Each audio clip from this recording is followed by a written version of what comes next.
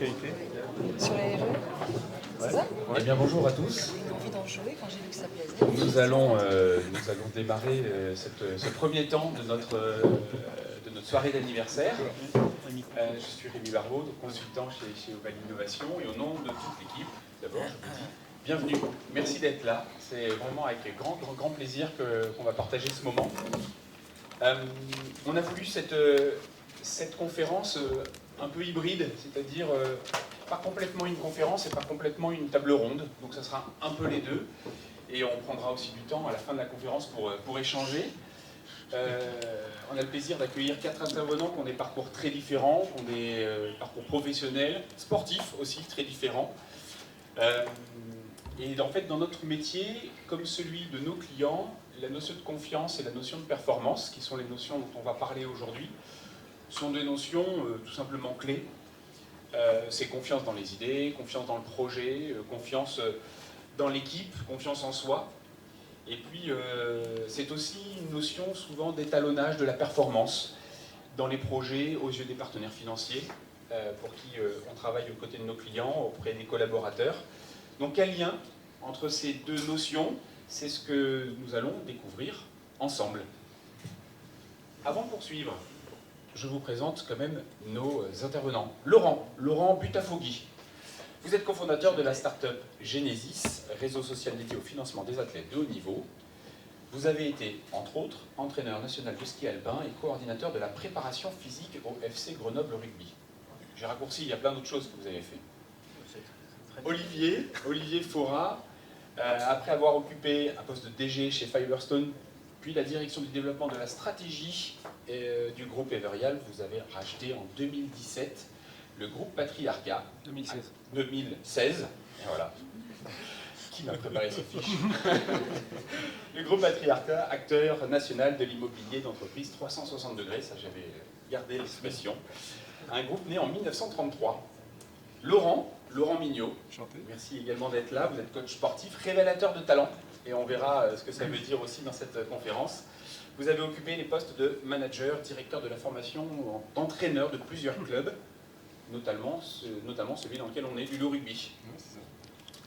Et Laura, merci également d'être là avec nous. Vous êtes philosophe, conférencière et chroniqueuse. Merci. Vous intervenez dans le monde des entreprises et de temps en temps, même en ce moment à la radio, pour éveiller les esprits ou prendre du recul en jouant des mots. J'ai vu que vous parliez de jouer des mots, j'aimais beaucoup cette idée. Je ne sais pas si c'était une faute de frappe ou jouer avec les mots, mais j'aimais bien le jouer des mots. Sur les thèmes aussi variés que l'optimisme, le leadership, le changement et bien d'autres choses encore. Et vous êtes également l'autrice d'un premier ouvrage, Vers une maternité sans corps. Que j'incarne encore à merveille. Voilà, exactement. Avec 2, je crois. 2, oui. Voilà, ouais. une maternité de 2 enfants à venir. Je vous ai présenté en dernier, parce que je vais vous laisser dès à présent la parole, afin de nous en dire un petit peu plus sur ces deux notions, confiance et performance, que nous on a liées. Et puis, je vous laisse poursuivre. Bonsoir à tous. Est-ce que vous m'entendez bien? C'est un plaisir, merci pour l'invitation. Alors, on va avoir des regards justement croisés et différents ce soir. Pour introduire ces thèmes qui sont quand même superbes, ceux de confiance et de performance, j'avais peut-être juste envie de commencer parce que c'est vrai que le mot de confiance a l'air de la défiance et de la méfiance, sonne justement comme quelque chose à reconquérir ou à construire. Parce qu'évidemment, c'est pas évident. Alors, en philosophe, alors j'ai tendance à dire que j'essaie d'être philosophe, parce que je suis philosophe, c'est quelque chose d'assez acquis, ce qui n'est pas le cas, il faut toute une vie pour le devenir. Et c'est vrai qu'on aime bien en revenir au poids des mots, pour comprendre un peu ce qu'ils signifient. Et la confiance, ça renvoie à confidentia, en latin, et à confidere, qui signifie confier. Confier, c'est fier avec. C'est ça l'idée. Ça veut dire que la confiance, littéralement, c'est se fier à quelqu'un ou quelque chose, lui accorder sa foi, avoir foi, ou l'espérance que ça puisse tenir.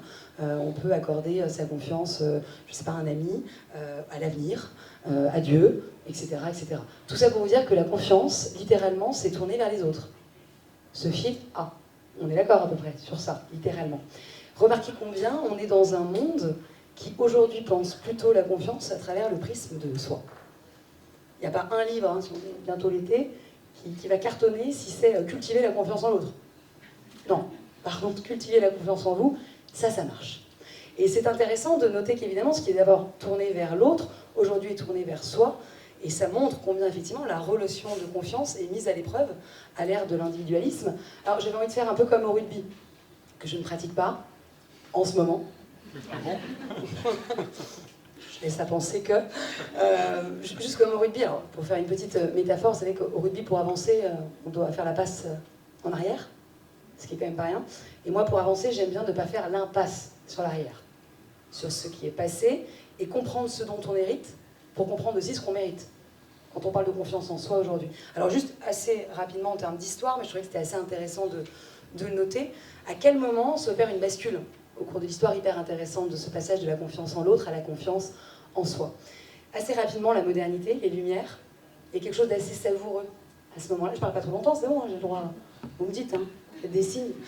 À partir de ce moment-là, juste, il y a quelque chose d'assez intéressant. On passe finalement d'une confiance en l'autre, en la transcendance, de cette confiance-là un petit peu béate, en la promotion d'une assurance de son propre esprit. Pour le dire autrement, on passe de la confiance en foi à la confiance en soi. C'est sapere ode, vous vous souvenez? Ayez le courage de vous servir de votre propre entendement. Les Lumières, l'idée, c'est ayez confiance en vous. Pensez par vous-même. Il y a quelque chose d'hyper intéressant qui va se cristalliser à cette époque-là. Précisément, c'est cultive ton jardin de Voltaire. C'est tout ce qui nous invite à grandir, au sens noble du terme. Et à l'époque, Durkheim, qui est sociologue, distingue ce qu'il appelle le bon individualisme, celui des Lumières, magnifique, penser par soi-même, c'est super, grandir, et le mauvais individualisme qui commence à émerger au XIXe siècle, dont on hérite beaucoup, malheureusement. Ce mauvais individualisme qui va justement chercher à nourrir une confiance qui invite à une forme de dépassement par soi et pour soi. C'est un peu l'idée. Qui va ensuite prendre son terreau dans le néolibéralisme, avec toutes ces promotions d'une idée que nous sommes avant tout des entrepreneurs de nous-mêmes, nous avons à nous dépasser, à capitaliser, toute cette philosophie qui nous invite à booster notre confiance pour pouvoir capitaliser dans la vie. C'est un peu la philosophie du more and more, on la connaît tous, au risque que meure et meure beaucoup de choses. Parce que les mots sont beaux, hein. Si on booste une confiance à fond, et si la confiance devient vectrice de performance, comme les mots sont jolis, hein, si je vous dis performe, mais que ça devient une injonction, j'adore les mots, père, forme, vous le séparez en deux mots, on comprend que cet excès de performance ou de confiance en soi ou d'hyper confiance en soi puisse finalement nous tétaniser et finalement finir par nous inviter à nous défier et à perdre nos moyens. Donc il y a vraiment autour de ça un terreau que je cherche vraiment à explorer, que je trouve intéressant, sur cette confiance en soi qui est très à la mode, très en vogue, il y a presque une forme d'injonction à avoir cette confiance pour performer dans notre société. Attention évidemment à ce dont on hérite et à ce qu'on mérite, puisque les Lumières nous invitaient à penser par nous-mêmes et non pas à penser pour nous-mêmes. Distinction quand même. Voilà. Merci beaucoup d'avoir planté ce décor.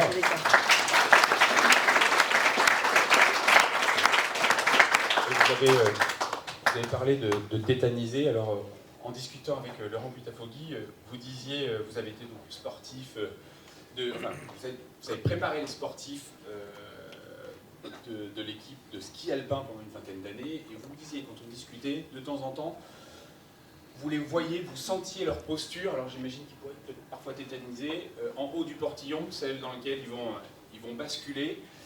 Et si on ne parlait pas forcément de confiance ou pas, je ne sais pas si c'est une histoire de confiance, mais en tout cas leur posture, leur allure, leur état d'esprit peut-être, vous le perceviez en tant que préparateur. Vous ressentiez des choses. Est-ce que je peux vous laisser nous en dire un petit peu plus? Alors, bonjour à tous et à toutes. C'est bon, je viens. C'est bon, alors, effectivement, on en a discuté un petit peu ensemble. Dans ma carrière, j'ai effectivement été entraîneur national de ski alpin, et une de mes fonctions, c'est pas la seule, mais une de mes fonctions, c'était, donc j'ai fait ça une quinzaine d'années, c'était de gérer les départs de course de Coupe du Monde. Donc je ne sais pas si vous avez vu à la télé déjà des courses de Coupe du Monde de ski, donc il y a une zone de départ avec le portillon, voilà. Et donc il y a toute une place, il y a tout un emplacement où on gère les athlètes avant les courses. Et donc c'est moi qui avais en charge un petit peu cette zone-là. dans cette zone-là, il se passe effectivement plein de choses et j'ai découvert plein de choses. Alors, il est très difficile, humblement, il est très très difficile d'anticiper quoi que ce soit en regardant un athlète. D'accord, voilà, c'est pas d'accord, il n'est pas marqué grand-chose sur un athlète, on ne voit pas grand-chose sur un athlète, c'est quand même très très compliqué. Donc moi, je ne pourrais pas dire ça. Par contre, effectivement, sur cette zone-là, j'ai essayé d'accompagner, parce qu'on accompagne quelqu'un. Voilà, on ne le dirige pas, on l'accompagne. Surtout un athlète de haut niveau. L'objectif, c'est de l'accompagner, c'est pas de le diriger. Parce qu'on est quand même en dehors de l'action. C'est lui qui est au centre, donc ça, il ne faut jamais l'oublier non plus. Et en accompagnant les athlètes, effectivement, j'ai, on va dire,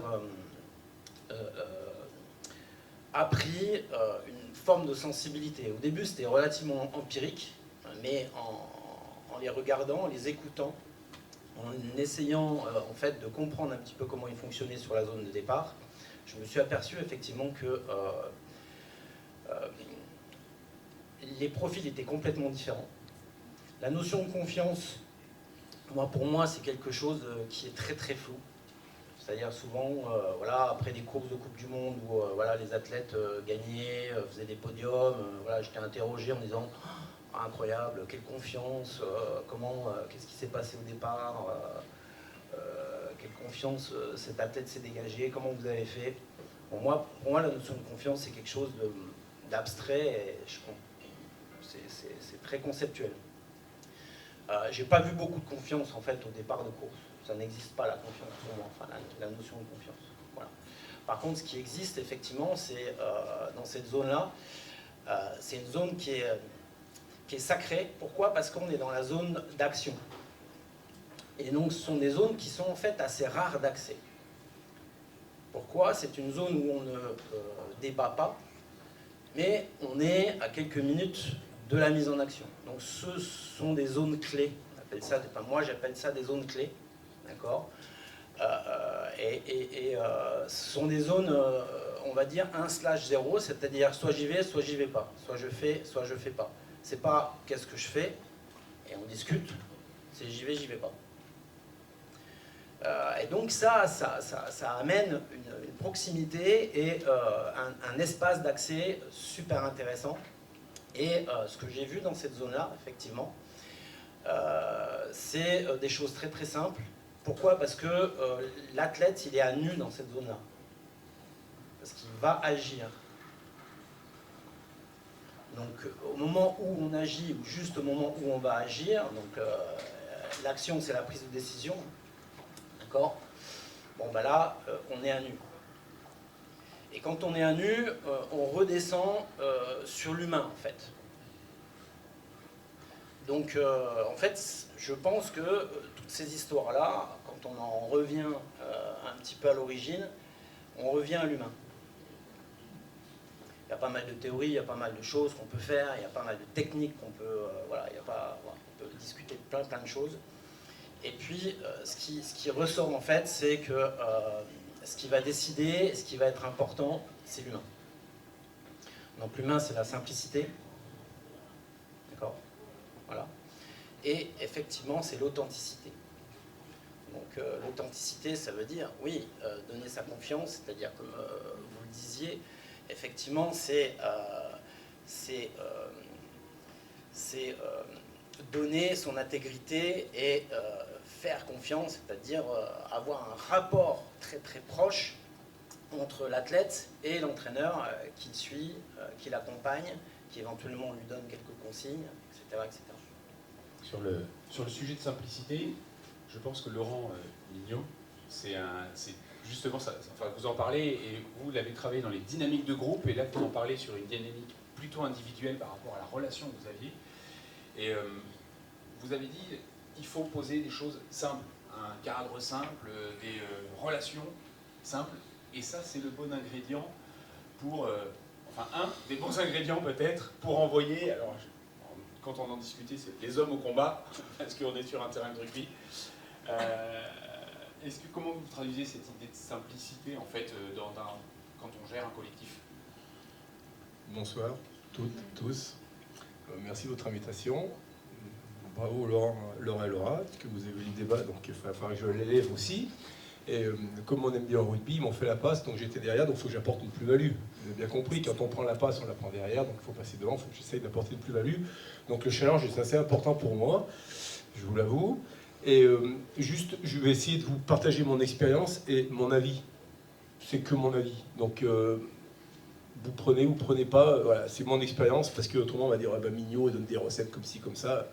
J'ai gagné des matchs, j'ai perdu des matchs, comme tout le monde. Donc voilà, quand on joue au rugby, quand on entraîne au rugby, on a l'humilité. Et c'est le premier facteur qu'il faut avoir. Donc, même moi, entraîneur de rugby, j'aime bien me fier aux mots, au sens des mots. Donc, confiance, c'est se confier. Et en fait, moi, j'aime bien toujours prendre les contre-pieds. Parce qu'au rugby, il faut toujours être malin, il faut prendre un contre-pied. Donc, en fait, je me dis, pour donner confiance à l'équipe, comment on ne va pas la faire douter? Donc, en fait, je ne pense pas à confiance, je pense à pas douter. À ôter le doute.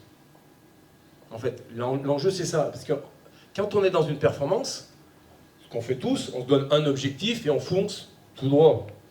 Et puis comme c'est le rugbyman, comme a fait Rémi, il a super bien préparé, bien organisé, vous voyez, et puis il y a toujours des imprévus, des aléas qui arrivent. C'est toujours comme ça que ça se passe. Il a peur. Vous voyez, et du coup, en fait, si on se met qu'un objectif, notre collectif, il tape dans les murs. Alors, vous voyez aujourd'hui le rugby actuel, il faut de la performance, donc il faut des gens costauds, physiques, et puis on avance. Donc, qu'est-ce qu'on fait? On met en place une super organisation. Une super organisation, donc nous, dans le rugby, on a des strates. On a le joueur, il est sur le terrain, donc on va développer son physique, son technique. Après, on a des leaders de jeu, donc ça, c'est le deuxième strat. Donc ça, moi, j'appelle ça, c'est les tâches simples, donc on répète bêtement, sans opposition. Après, on s'entraîne. Après, moi, j'appelle ça au compliqué. Donc ça, c'est les entraîneurs techniques. C'est le troisième niveau. Donc on va s'entraîner un petit peu à coopérer entre nous. Puis après, on a le manager qui va donner la direction, le sens un petit peu de l'équipe, du collectif, pour justement elle puisse s'adapter. Du coup, on rentre dans les situations complexes. Simple, compliqué, complexe. Et du coup, c'est là, quand on rentre dans le complexe, c'est un peu tempête sous un crâne. Et aujourd'hui, dans le rugby, si vous observez un petit peu, il y a un peu moins de créativité. Du coup, on n'est pas trop dans la complexité. Donc, j'organise bien, très bien, mais ça ne suffit pas pour avoir la performance.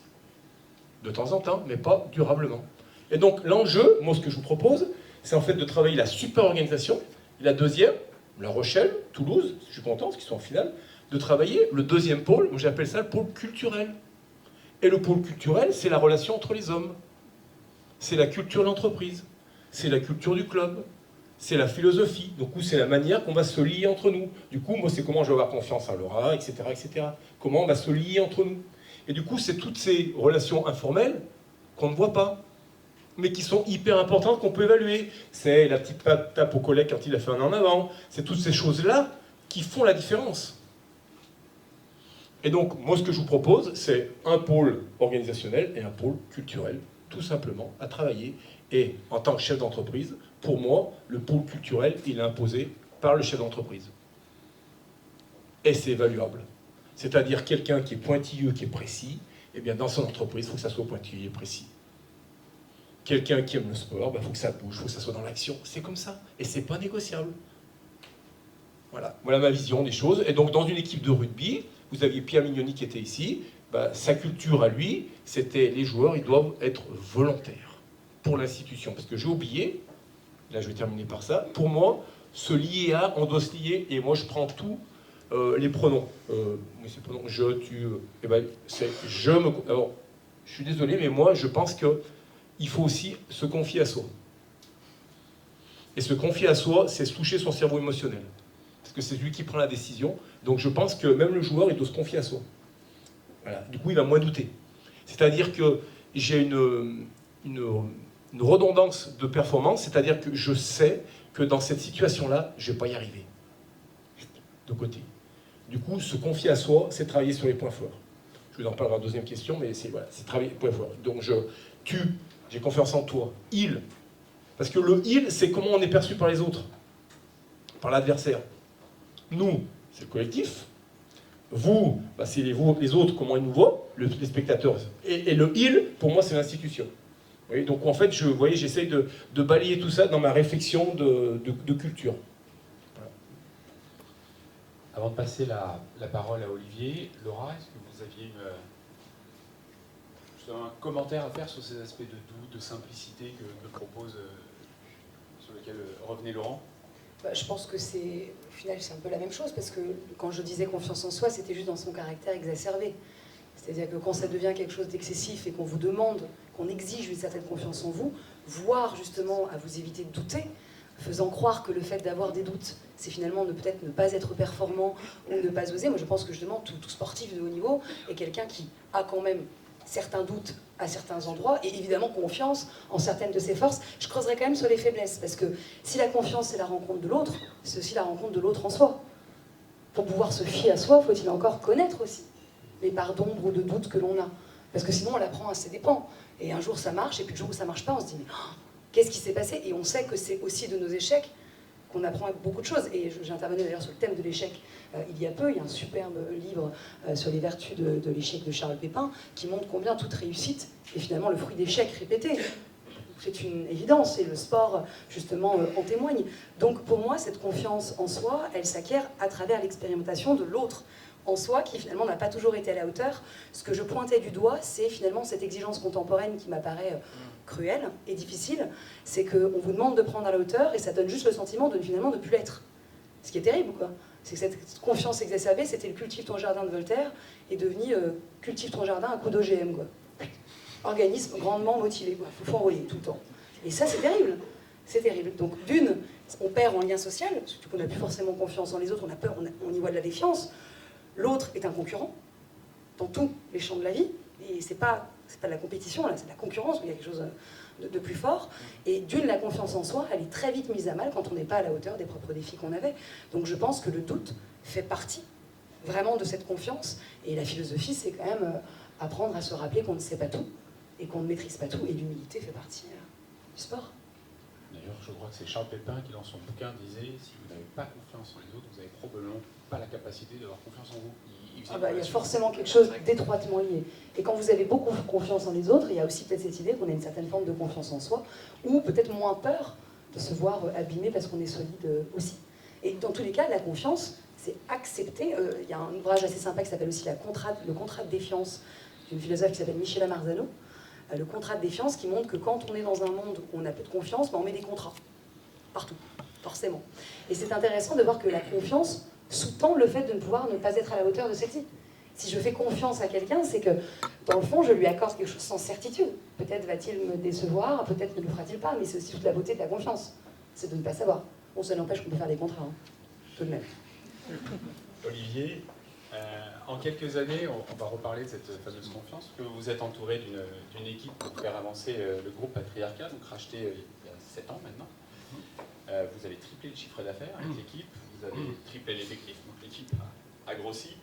On imagine quand même assez facilement qu'en fait le premier réflexe des salariés lors de la reprise, c'est un peu de défiance justement, de se dire il y a un repreneur, on était dans une belle entreprise familiale qui avait presque 85 ans d'existence au moment où vous la reprenez. Plutôt un sentiment de défiance, peut-être au moins de questionnement sur le repreneur. Bon, le résultat montre que la confiance est là, en tout cas la performance est là plutôt. À quel point la confiance était-elle indispensable dans ce parcours là, qui a déjà 7 ans, dans lequel la Patriarcat a grandi x3? Déjà, quand on fait un projet de reprise d'entreprise, quel qu'il soit, moi j'ai quitté un groupe pour faire un projet de reprise d'entreprise. J'ai mis tout ce que j'avais sur la table, donc il faut y aller, il faut se faire confiance pour y aller. Il y a 3 notions, c'est se faire confiance, parce qu'on ne peut pas avoir de projet entrepreneurial sans se faire confiance, sans inspirer confiance, parce qu'il faut aller convaincre les banquiers, les collaborateurs, les fournisseurs, les environnements. Et puis, effectivement, il faut faire confiance. Il n'y a pas de confiance, je vais rajouter quelque chose, il n'y a pas de confiance durable sans confiance partagée. Il faut que la confiance soit durable et partagée. Et donc, il n'y a pas de confiance acquise. Et la confiance, elle se cultive au quotidien. Tu peux me faire confiance à un moment, mais à un moment, je peux te décevoir. Donc, c'est extrêmement important de pouvoir cultiver cette confiance. Et donc, quand on fait un projet de reprise d'entreprise, c'est simple, la confiance, c'est la survie de la société. C'est-à-dire que le risque principal, c'est que les collaborateurs partent, que les clients partent et que les partenaires partent. Donc la survie, c'est simple, il faut entraîner les équipes. Et puis la performance, je vais dire, c'est une question de curseur, parce que ça veut dire quoi la performance? C'est où est-ce qu'on met le curseur, le niveau, et il faut être capable de porter une vision. Donc moi ce que j'ai fait effectivement dans ce schéma-là, avec, je venais de l'extérieur, hein, j'ai fait une opération de LBO, je suis allé convaincre des fonds d'investissement de m'accompagner dans le projet, hein, l'entreprise faisait 23 millions d'euros de chiffre d'affaires, une trentaine de personnes, donc il faut aller lever des fonds, convaincre des banques, la première des choses que j'ai faites, c'est identifier avec le cédant des personnes clés de l'entreprise, des personnes en qui il avait confiance pour un projet de continuité d'entreprise. Et je les ai toutes vues individuellement en leur proposant non pas un projet de rachat d'entreprise, mais un projet de développement de l'entreprise partagé. Et donc les entraîner effectivement et leur inspirer confiance dans un projet, leur porter une vision. Porter une vision, c'est essentiel pour un chef d'entreprise. Leur fixer un cap. Pour avoir une performance, il faut fixer des objectifs, voilà, sinon on ne sait pas où on va. Et donc il faut être capable de démontrer...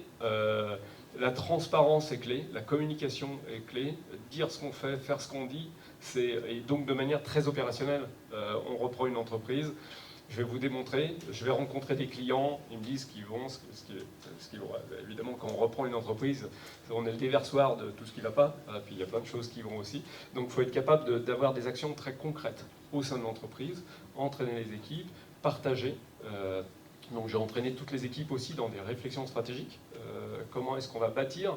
Je sais où je veux aller en macro, parce que j'ai une vision stratégique de l'environnement de l'entreprise, mais vous êtes les experts, vous êtes plus qu'avec moi, j'ai besoin de vous pour réaliser ce projet. Donc c'est aussi une question de responsabilité, c'est-à-dire je vous entraîne et vous adhérez à mon projet. C'est sûr que si je vous vends un projet mais que vous n'y adhérez pas, c'est pas la peine de rester, on ne peut pas continuer la route ensemble.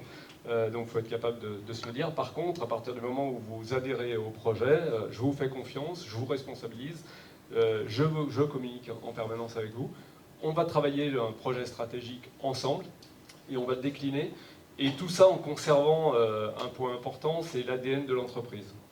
C'est-à-dire que, surtout, j'ai repris une entreprise, effectivement, qui avait 85 ans, 4e génération, donc un ancrage très paternaliste, en plus ça s'appelle patriarcat, on n'y peut rien. Hein, Je pourrais rebondir parce que ça me brûle. Ouais, mais il n'y a pas de thé, hein, pour une philosophe, elle aura remarqué qu'il n'y a pas de thé à la fin, donc tout va bien. Voilà. C'est un patronyme italien, un immigré italien qui est venu s'installer, donc c'est une belle histoire. Et comme je le dis souvent, c'est pas parce qu'on s'appelle patriarcat que... voilà, et que c'est surtout les valeurs qu'on porte. Et j'insiste très fortement parce qu'il y en a plein qui font de greenwashing. Moi, je ne fais pas de greenwashing, je dis ce que je fais et voilà, je porte des valeurs de RSE qui sont des vraies valeurs voilà, incarnées pour l'entreprise. Et on reviendra d'ailleurs sur ce projet RSE que vous menez en ce moment. Avant de vous donner la parole, Laura, parce que je pense qu'il y a un truc là, vous avez envie de le dire? Oui. Je vais embêter Laurent quelques instants parce que là, pareil, en préparant cette conférence, et je trouve qu'il y a quelque chose d'intéressant, ce que vous venez de dire, qui recoupe ce que vous disiez également, Olivier et vous. Il y a une connaissance de son environnement, une connaissance de soi-même, une connaissance des limites, une préparation qui est indispensable en fait. Et vous disiez en fait, peut-être que le mot confiance ne veut pas dire grand-chose, et c'est la somme du reste de la connaissance de soi-même, de ses limites, qui serait peut-être plus important et qui serait au final éventuellement cette confiance dont vous parlez. Pas facile à soutenir. Alors, ouais, je voulais juste revenir sur ce que... Je voulais rebondir, exactement. Vous avez, Viens là, ça marche bien. ce que vous avez dit. Et il y a plein, vraiment, il y a plein de choses fondamentales qui ont été dites là par mes amis, là, voilà, et qui sont essentielles. Après, c'est un petit peu compliqué de résumer tout ça, mais la notion d'objectif et de vision, elle est primordiale. Et on passe souvent à côté des choses simples. C'est-à-dire que quand on discute avec n'importe qui, tout le monde dit « mais oui, on a une vision, mais oui, mais bien sûr, on a une stratégie. Ah, d'accord, voilà. » Personne ne vous a dit « moi voilà, j'ai monté ma boîte, ou je suis dans une boîte, il n'y a pas de stratégie. » C'est un petit peu compliqué. Et en fait, on passe à travers ça. Mais sans vision, sans stratégie, sans objectif, comment voulez-vous créer quelque chose autour de la confiance, un type d'échange, il ne peut rien se passer.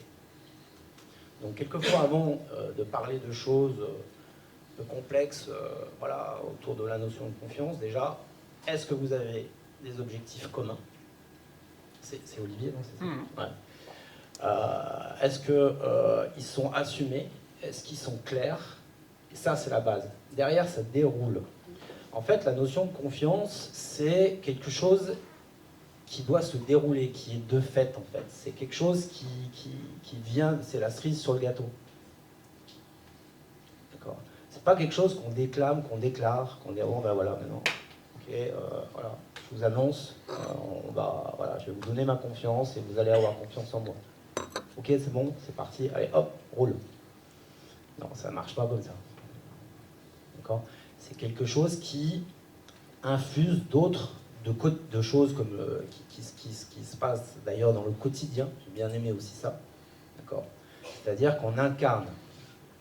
On incarne. D'accord? Les objectifs, on incarne ce qu'on veut mettre en place. J'ai rencontré, j'ai participé à pas mal d'entraînements et côtoyé pas mal d'entraîneurs où il y avait une désynchronisation entre ce qu'ils disaient et ce qu'ils étaient. Et donc ça ne peut pas marcher.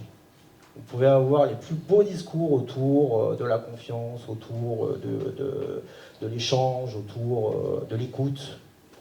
Mais si la personne, d'accord, n'écoute pas, d'accord, si voilà, vous avez un entraîneur voilà, qui dit je sais pas moi, aux athlètes prenez plaisir, d'accord, et qui est raide comme un piqué et qui ne se fait pas du tout plaisir et qui, dès qu'il y a un athlète qui se fait plaisir, il lui met une torgnole parce que, bah non, il faut rester sérieux quand même, ça ne va pas marcher. D'accord? Incarner les choses, c'est essentiel. Je pense que manager, c'est vraiment un métier, je pense que c'est très très compliqué. C'est très très compliqué de manager des gens. Alors, pourquoi? Parce que, comme je vous l'ai dit au départ, parce que j'ai découvert, humblement, dans cette zone de départ, dans cette zone sacrée, hein, c'est-à-dire c'est une zone, voilà, tout le monde y, enfin, vous êtes à côté voilà, d'athlètes qui vont s'engager sur 1 minute d'action, ils engagent aussi leur corporalité, hein, c'est-à-dire qu'en ski alpin, c'est du combat, hein, c'est-à-dire que voilà, on peut mourir en ski alpin, hein, on peut mourir, voilà, ok. Donc bon, sur la zone de départ, il n'y a pas la même ambiance que l'ambiance voilà, pour aller acheter son pain en boulangerie, quoi. C'est pas exactement la même ambiance. D'accord, voilà.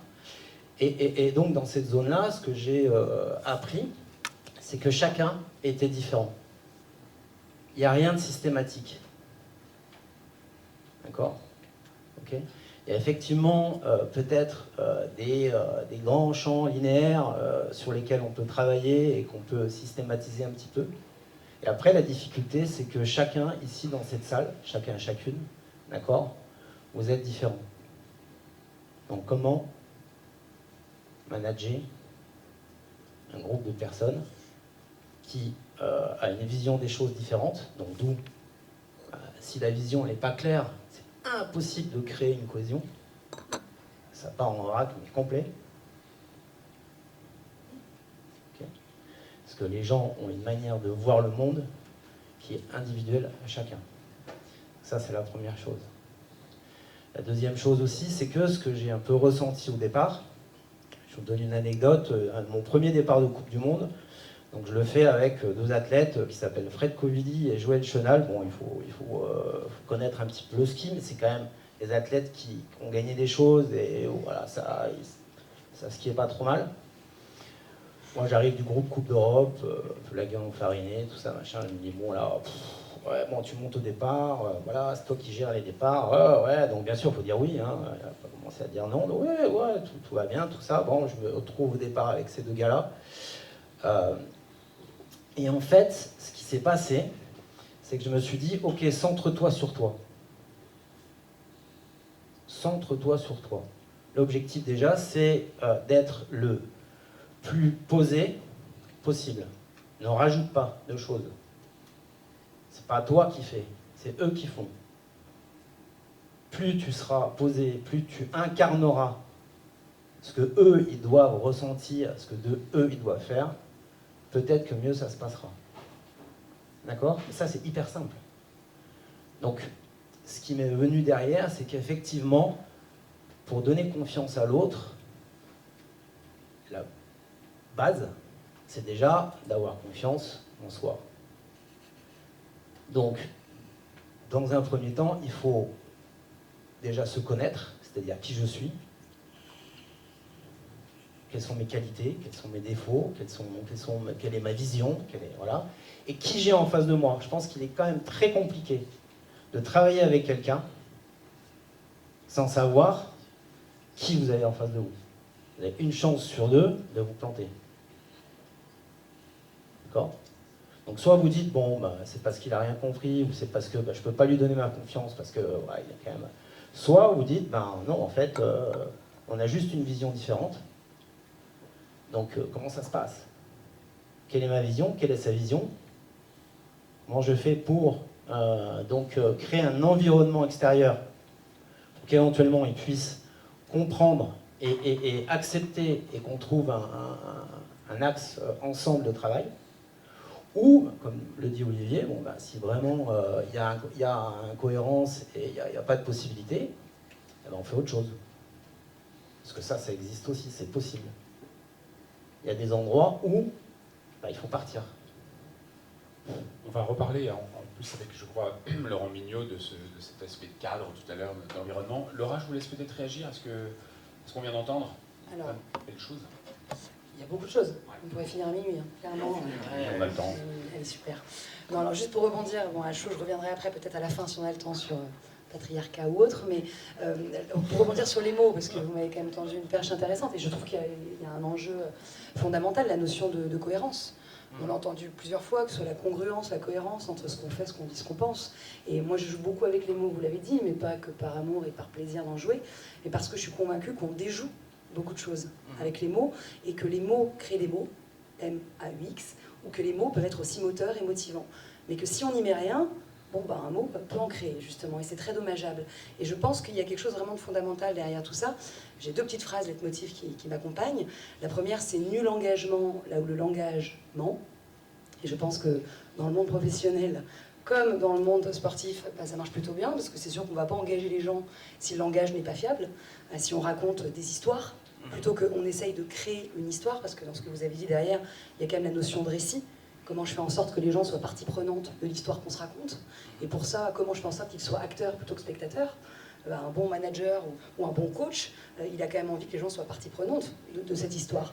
Donc il y a vraiment la notion d'un récit commun, et je crois que c'est très facile à voir. Plus il y a des histoires en interne, moins il y a d'histoires collectives globales. Donc les mots, c'est fondamental. Et ma deuxième petite phrase qui m'accompagne, c'est l'absence de cohérence entre ce qu'on fait, ce qu'on dit, ce qu'on pense. L'absence de cohérence crée de la cohérence, de manière générale. Et ça, c'est vrai, si je vous dis, bon, on commence l'année, la saison va être dingue, vraiment, je vous souhaite d'être conquérant, c'est pas emballant, hein, que ce soit dans le monde pro ou sur un terrain, ça le fait pas. Même Guillaume ne le serait pas, conquérant. Donc c'est pas, voilà, on est d'accord que c'est pas inspirant. Donc il y a vraiment cette idée d'une cohérence, et très souvent dans le monde professionnel, parce que ça sonne super bien aujourd'hui. On va brander des mots, alors nous on cultive la bienveillance. Ouais, enfin tout le monde est au bout, quoi. Ça ne dérange pas. Parce que le grand risque, c'est ça, c'est finalement tous ces mots jetés sur des carnets, ça fait bien, hein, mais qui ne sont pas incarnés. Et ça, c'est terrible. Je voulais juste, j'ai oublié un petit truc, parce que j'ai beaucoup... Voilà.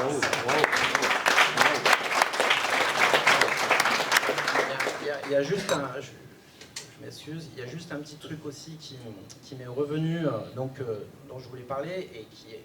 Je je pense aussi fondamentale, c'est la notion de doute, la fameuse notion de doute dont tu nous as parlé. C'est-à-dire qu'on est dans un monde où il faudrait être parfait, où le doute n'existe pas, voilà. Mais ça c'est un concept, ça. Ça c'est un concept, ça on vous raconte des bêtises. Dans la vraie vie, d'accord, tout le monde a... Enfin, le doute, ça fait partie de l'humain, d'accord. Et moi, dans cette zone-là, je vous le dis, j'ai vécu 15 ans dans cette zone-là avec des athlètes qui ont été champions du monde, champions olympiques, qui ont gagné des coupes du monde, qui emballent avec les journalistes, avec les « Ah là, oh, regarde-le, lui, il n'a pas de doute, c'est pour ça qu'il gagne. » Puis moi, je les connais, les mecs. J'étais avec eux 2 minutes avant. D'accord? Je peux vous dire que le doute, ça fait partie de la vie. C'est pas un problème de douter. Ça peut être... Après, c'est ce qu'on en fait, c'est comment on agit avec, d'accord? C'est comment on le transforme. Donc là, bien sûr, il faut travailler dessus. Et là, il y a la notion de travail. D'accord? Plutôt que de... Voilà, il y a la notion de travail, c'est-à-dire que, bah oui, pour rendre un doute positif ou pour vivre avec, il faut travailler. Sinon, voilà, faut pas subir, faut travailler. Mais cette notion d'être humain, elle est importante. Et c'est Laura, non, c'est ça? Laura, peut-être que... tu vas peut-être reprendre ce truc-là. Moi, j'aime bien parler, même si c'est à la mode, de cette notion d'alignement, d'accord, entre effectivement la tête, le cœur et le corps. Et sur la zone de départ, en fait, j'ai pas la confiance, je l'ai pas vu. C'est un machin qui arrive comme ça. Voilà. Souvent, la confiance, je l'ai vu après. C'est-à-dire des athlètes qui m'ont dit putain. Voilà, l'athlète qui gagne, il dit putain, t'as vu, putain, ouais, mais tu vois, j'avais confiance aujourd'hui. Ouais, tu viens de gagner, mec. Donc, tu me l'as pas dit au départ, hein. Les fiat. Voilà. Ou des athlètes qui disent ouais, mais tu vois,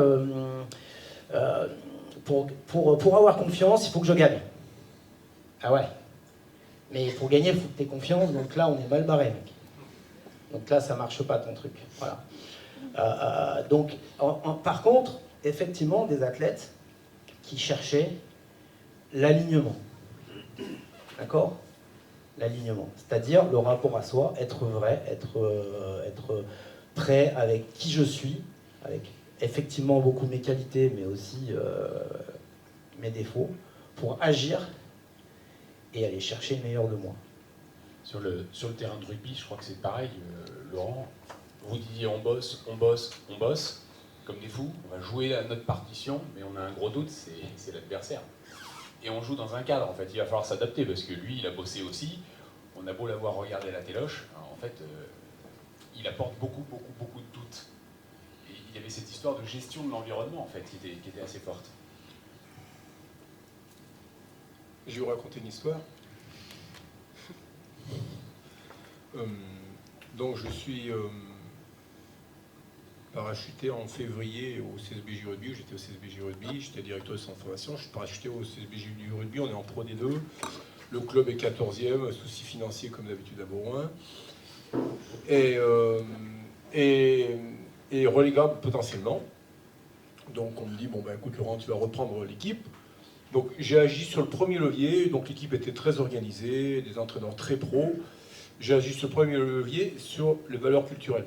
Puisque à Bourgoin, on avait une philosophie, ça remonte 2007-2008, donc vous avez vu avant tous les Chaval, Nallet, etc., et tout ce qui sont passés, donc qui avait une philosophie, une culture.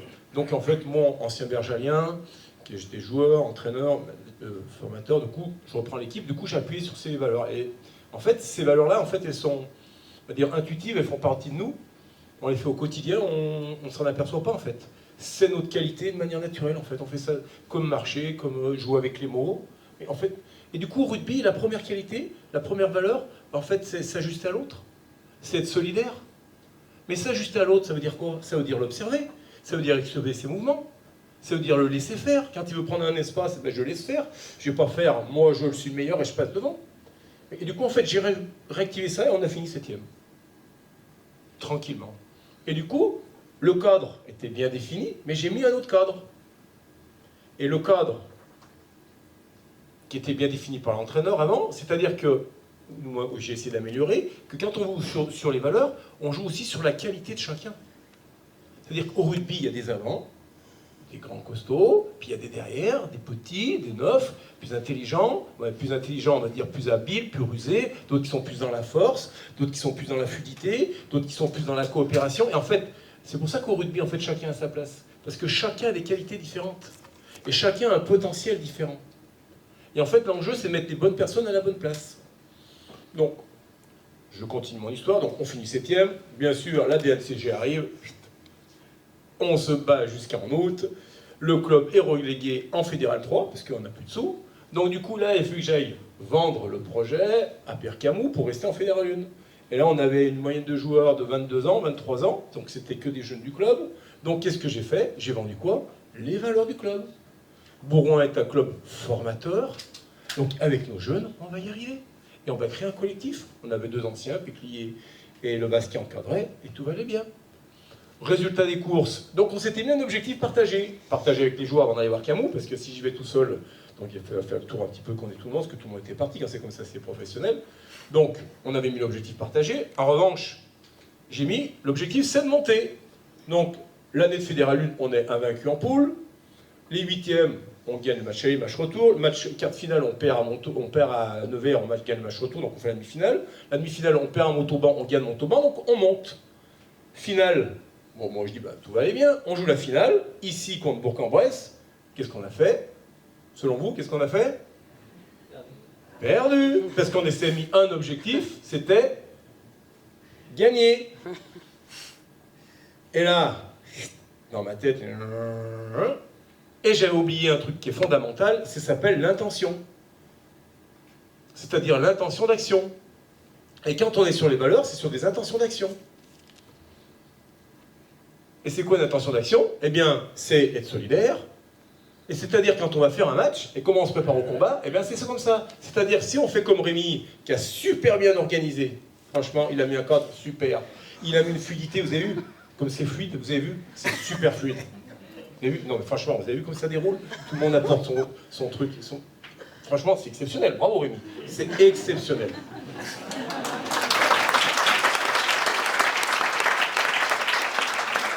Et du coup, bah, moi qui suis venu ici, si je m'étais dit, mon truc c'est de bien transmettre. Mais non, je suis avec une intention d'action. C'est de passer un bon moment, de coopérer et de collaborer avec mes collègues, et basta. Et donc du coup, ce que j'avais prévu, j'en ai dit un tiers. Ben oui, c'est comme ça que ça se passe. Et le week-end, quand on prépare un match, donc du coup, là maintenant, on est dans la préparation du match, eh bien, on prend la vidéo, et là, on regarde les matchs. Alors après, je peux vous raconter, on était en Pro D2, là, on prend la vidéo. Alors ouais, tu vois bien, regarde, quand on fait 2 temps de jeu, cette équipe-là, elle laisse le fermer, donc nous, au bout de 2 temps de jeu, on peut rejouer à droite. Qu'est-ce qui se passe le week-end? Bah eux, ils avaient vu notre vidéo aussi, donc du coup, bah, ils sont dans le fermé, donc ah bah mince, qu'est-ce qui se passe? Et là, les joueurs, ah mais Laurent, à la mi-temps, mais tu nous as dit de jouer comme ça, parce qu'on avait prévu cette stratégie-là. Du coup, tout le jeu, et du coup là, on a cet objectif-là, du coup, on a un objectif de gagner, et après, on a un objectif aussi d'action. Et ces objectifs d'action ferment les joueurs. Et c'est pour ça qu'en fait, pour moi, le biais, c'est de développer les cultures, les valeurs, et justement des intentions d'action, où justement, on va leur ouvrir leur champ. L'enjeu, c'est ça, en fait, c'est d'ouvrir leur information pour qu'on prenne la bonne information qui est importante. C'est-à-dire que vous êtes dans les tribunes, il dit « pourquoi il n'a pas donné ?» C'est comme ça que ça se passe, hein. Mais quand on est dans l'action, comme nous tous, il y a des informations qu'on passe à côté qui sont essentielles. Et moi, l'enjeu, c'est de se mettre justement en intention pour qu'on justement on se relie pour développer justement sa confiance et se relier avec les autres, avec l'adversaire, avec l'arbitre, avec tout le monde. Et en fait, l'enjeu justement, c'est justement de se relier avec tout ça. Et pour se relier avec tout ça, pour moi, la base, c'est de savoir justement, j'ai créé un concept là-dessus, sur les talents, c'est-à-dire sur nos qualités. Vous avez vu Laura, comme elle joue avec les mots? C'est sa qualité. Donc elle nous transmet des images, elle donne du sens, c'est remarquable. Et donc il faut être dans un environnement qui nous convient. Donc le joueur qui est petit, si à 1 mètre de la ligne, il veut aller marquer, ça ne marchera jamais. Il va se faire refouler. Vous voyez, ce qu'ils ont des gros costauds. Du coup, il faut qu'il trouve l'environnement qui est favorable. Du coup, l'enjeu, vous qui avez créé Obat, qui avez développé Obat, vous avez des qualités. Eh bien, gardez toujours votre environnement. Moi, j'appelle ça, faites attention, les dépassements de fonction. Donc on peut en faire de temps en temps, mais faites attention. Parce que le dépassement de fonction, vous n'êtes pas comptable, vous n'êtes pas commerciaux, par exemple ceux qui ont inventé des produits, de la technique, attention, vous allez vous perdre. Et le joueur de rugby, c'est comme ça que ça se passe. Et comment j'ai formé des joueurs? Le plus grand connu, c'est Morgane Parra. Morgane Parra, donc deuxième récit, Morgane Parra était au pôle à Dijon. À 15 ans, il fallait faire un test à poids. Ils ne le prennent pas. Donc c'était Di Joliveau qui, moi je suivais, j'étais à Bourgoin, je suivais beaucoup de joueurs. J'appelais Di, je dis mais pourquoi tu ne prends pas le joueur? Laurent, on dit pas comme ça dans le rugby, il a déjà des poils aux pattes, il a fini sa puberté, il ne va pas grandir, il est lent. Je dis mais écoute, il dit on ne voit pas la même chose. Il dit pourquoi? Je dis bah, c'est un leader, il est tous leaders, hein. C'est un stratège, il rassemble autour de lui, et il a une vision du jeu qui est exceptionnelle. Ouais mais Laurent, 10 au niveau gabarit. Ben, je dis ben il jouera 9, c'est pas grave. Je rappelle 3 jours après, puisque je dis moi je récupère à Bourgoin. Il dit non Laurent, j'ai gardé au pôle. Bon, après, 2 ans après, il est monté au pôle, j'ai récupéré à Bourgoin, il est venu à Bourgoin, je lui ai vendu les valeurs, hein. Tous les clubs lui proposaient de l'argent, moi rien du tout, je lui ai dit t'as la carrière, et je lui ai dit clairement, c'est comme ça que ça s'est passé, hein. Je lui ai vendu des valeurs, c'est-à-dire humainement, c'est-à-dire qu'il a eu confiance en moi. Je lui ai dit écoute Morgane, je vais m'occuper de toi, je vais t'accompagner. Et en fait, d'une manière tout simple, en fait, bah, il a fait quoi sa carrière? Pas sur la qualité de vitesse, sur son leadership. Mais sur le leadership, c'est-à-dire sur ses qualités naturelles, ce qu'il est lui. Sur ce qu'il est lui. Et les gens, du coup, là je reviens dans l'authenticité, dans ce qu'on incarne, et en fait, il incarne très bien ça. Voilà. Donc je vous invite à incarner votre authenticité.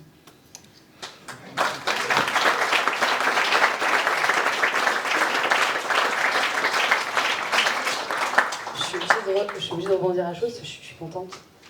Et Laurent, je pense que tu vas l'être. Tu m'as dit juste avant, j'aime beaucoup les mots. Et en t'entendant, tu dis, il faut être solidaire. Là, je me dis, ah, il y a un anagramme magnifique. Vous l'avez ou pas? Solidaire. Air solide. Plus on est solidaire, plus on a l'air solide. Oh, merci. Voilà. Merci. Je l'ai noté comme ça. Voilà, c'est le travail, moi. Olivier, on va refaire un pas dans le monde de l'entreprise, parce qu'on parlait justement des valeurs et des intentions. Et si j'ai bien compris, chez Patriarcat aujourd'hui, il y a une vraie envie de transformer les métiers. On parlait, je crois, d'innovation durable. Vous avez recruté une personne qui va apporter de l'innovation et qui va transformer un certain nombre de métiers. Donc encore une fois, on va changer de cadre.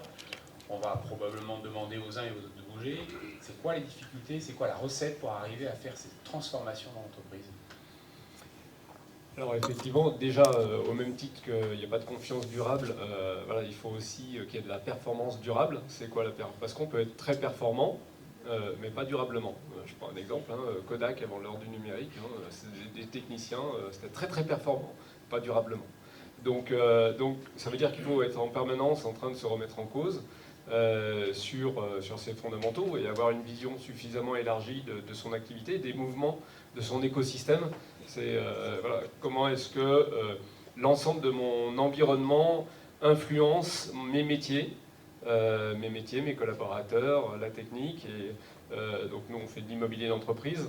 Dans l'immobilier d'entreprise, il y a à la fois beaucoup d'enjeux énergétiques, de zéro artificialisation nette, donc plus de construction, beaucoup d'enjeux environnementaux. Donc c'est autant d'opportunités, effectivement, et on peut construire de l'innovation durable et pour de la performance durable au sein d'une entreprise. Et je pense qu'Ovalie est bien placé pour le savoir et capter ces notions-là.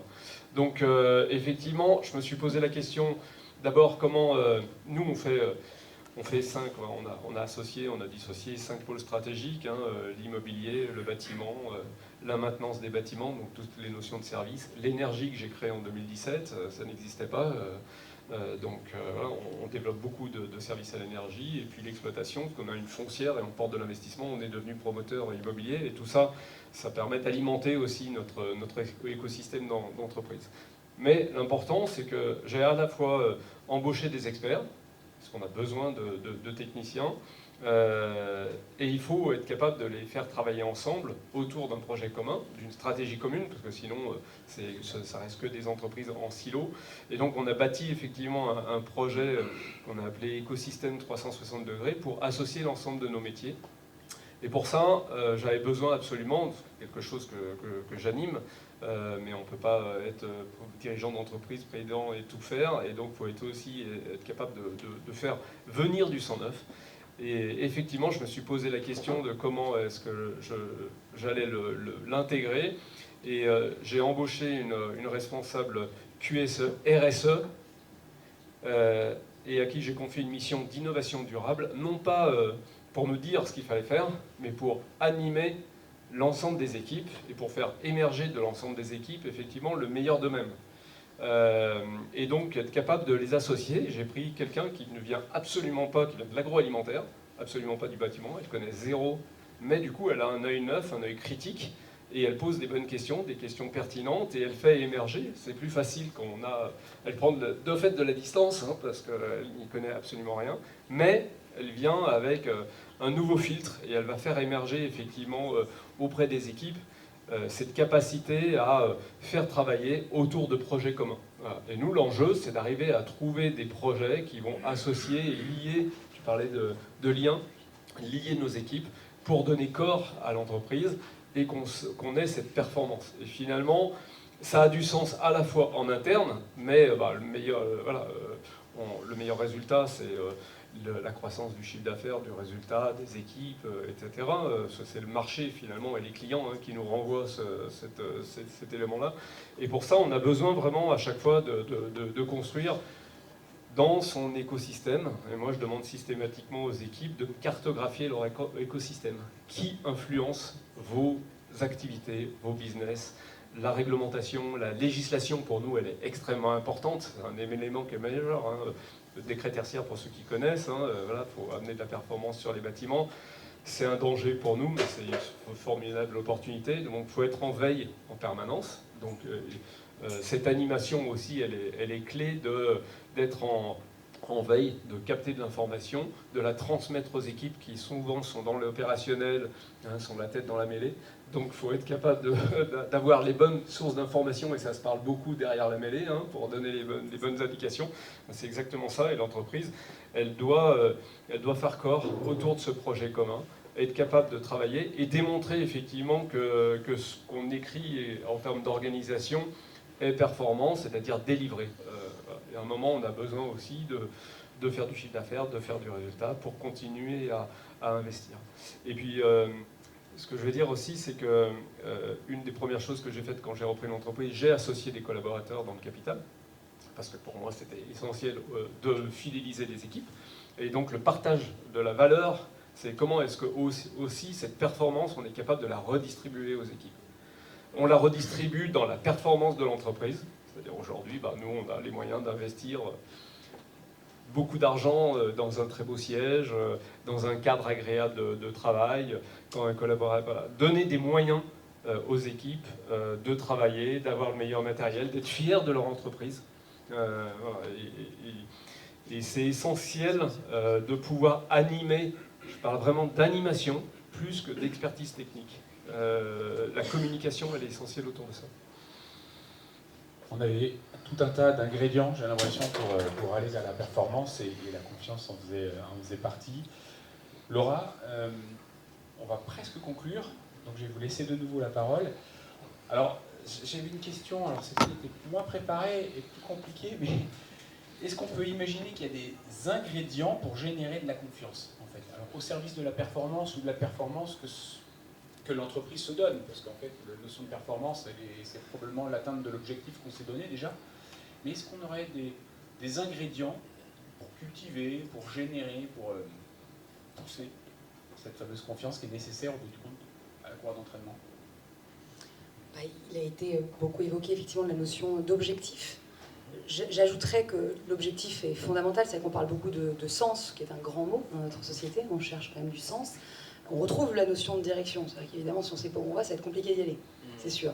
Mais derrière la notion de sens, c'est aussi la notion de signification. Et pourquoi on y va? D'ailleurs ça pose une question intéressante, c'est vrai que pourquoi on vise toujours plus? Soit dans le monde professionnel ou autre, mais voilà, c'est culture du sport, je comprends. Mais la notion, effectivement, ça peut interroger les entreprises, certains secteurs d'activité qui se posent la question, d'ailleurs, à l'ère On se pose des questions écologiques, climatiques, de la raison d'être de ce que l'on fait. Donc la notion de sens, elle renvoie à la notion de direction, d'objectif concret, à la notion de signification, la raison pour laquelle on le fait, et enfin à la notion de sensation, qui est quand même pas rien, c'est que vous pouvez avoir dans la vie un objectif et une signification claire et que ça vous provoque rien. C'est terrible, ce serait celui qui est sur le terrain de rugby mais qui ne ressent plus rien, quoi. Donc à un moment donné, il faut aussi savoir, et parfois s'en aller, ou celui qui a toutes ses clés mais il manque ça. Donc déjà une certaine cohérence, le sens, c'est ces trois choses-là fondamentales dans la vie. Et quand on dit que ça n'a pas de sens, c'est que peut-être parfois il manque une de ces dimensions. Donc ça me paraît important. Derrière le mot de sens, on entend finalement la notion de raison d'être, la notion d'autorité, qui parfois sonne comme un gros mot dans notre société, mais c'est un grand mot, l'autorité. C'est qu'est-ce qui fait autorité pour nous? Qu'est-ce qui fait autorité sur un terrain? Qu'est-ce qui fait autorité dans une entreprise? L'autorité, ça renvoie à la légitimité, hein, auctoritas, ça renvoie au guéri augmenté. Ce qui fait autorité pour vous, vous augmente, par définition. Et ça renvoie au auctor, auteur. Dans la notion d'animer les gens, animer, c'est rendre en vie. C'est leur rappeler que vous avez une vie active, vous êtes au travail, donc on s'anime, là il se passe quelque chose. Donc il y a cette notion-là, qu'est-ce qui fait autorité pour vous? Qu'est-ce qui vous augmente quand vous venez au boulot? Qu'est-ce qui vous apparaît légitime et qu'est-ce qui vous rend acteur surtout? Si vous n'avez pas ça, si vous n'avez rien qui vous porte, rien qui l'emporte, il n'y a pas de raison d'être motivé.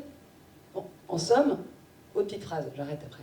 Sans raison d'être, nulle raison d'en être. Ça paraît logique.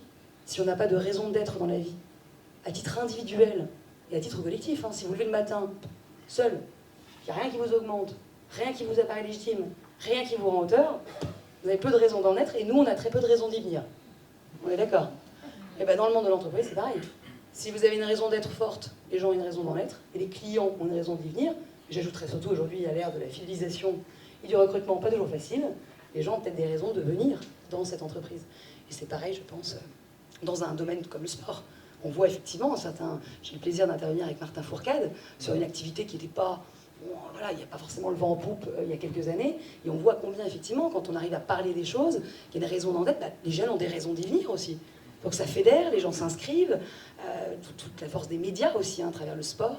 Et vous l'avez parlé de green bashing tout à l'heure, hein, mais il y a cette idée aussi de comment on va parler de vous. Et ça, c'est fondamental. Qu'est-ce qu'on raconte sur nous à l'ère des médias où c'est pas toujours évident. Donc voilà, il y a plein de sujets différents. Et pour moi, c'est vraiment la raison d'être. Comment effectivement on s'y tient et comment on fait œuvre de raison pour la faire vivre. Parce qu'il ne s'agit pas de la scander à l'envol, évidemment. Merci beaucoup. Ce premier échange touche à sa fin, je vais y arriver.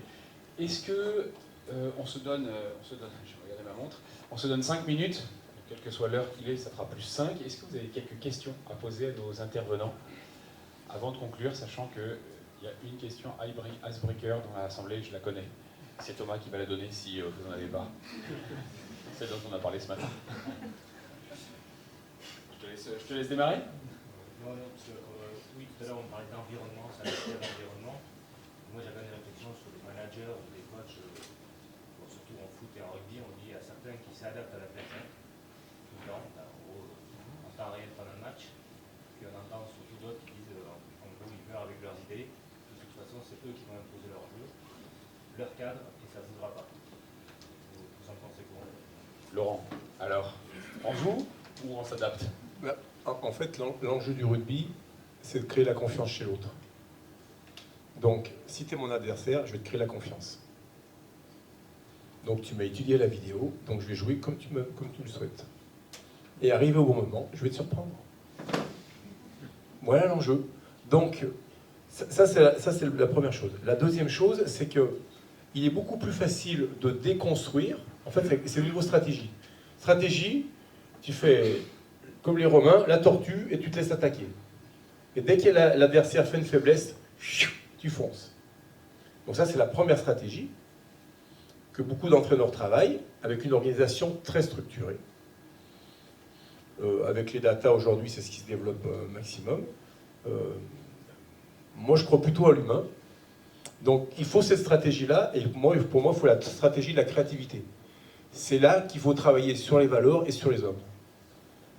Et donc, du coup, il faut travailler leur sens de leur curiosité, donc leur observation, s'imprégner des autres, se mettre en lien avec les autres, enfin travailler leur amitié, moi j'appelle ça l'amitié, c'est-à-dire le lien social entre eux, la dynamique sociale, et puis leur créativité, c'est-à-dire percevoir l'environnement et les forces et faiblesses de l'adversaire.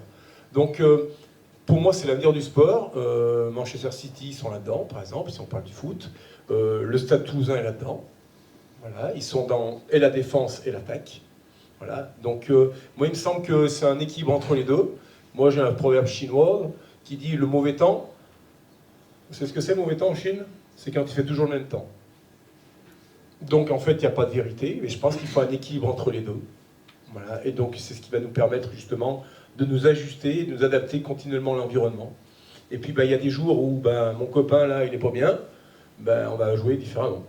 Parce que c'est comme ça que ça se passe. Il vient de prendre un mauvais coup, on ne va pas jouer sur lui, on ne va pas jouer avec lui.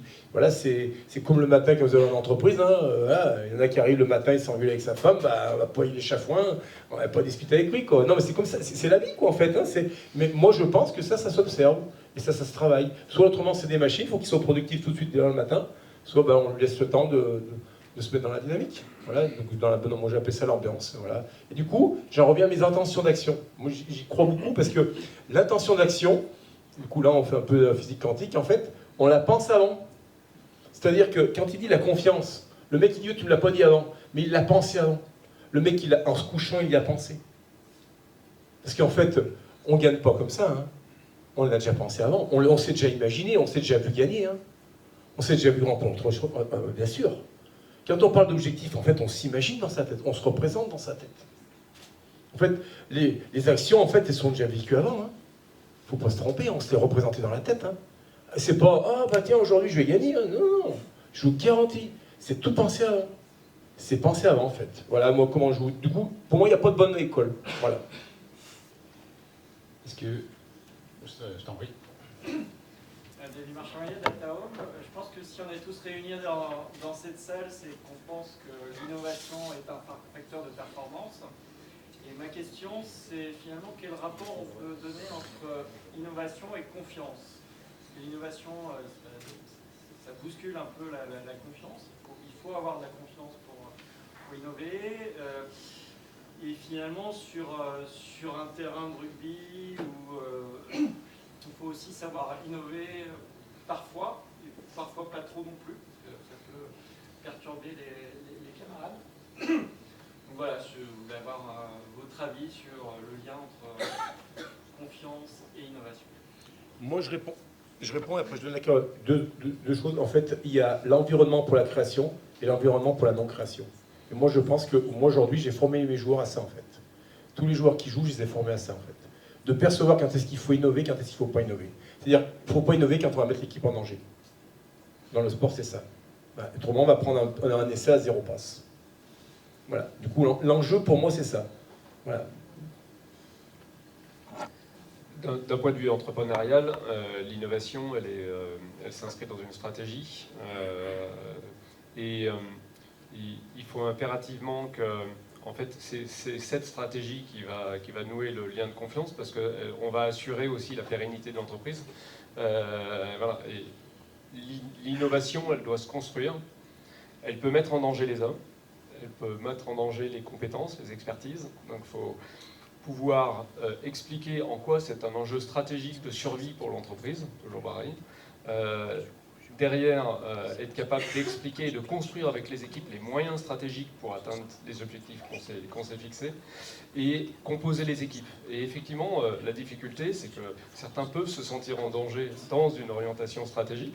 Ça va être quoi mon métier de demain dans cette évolution.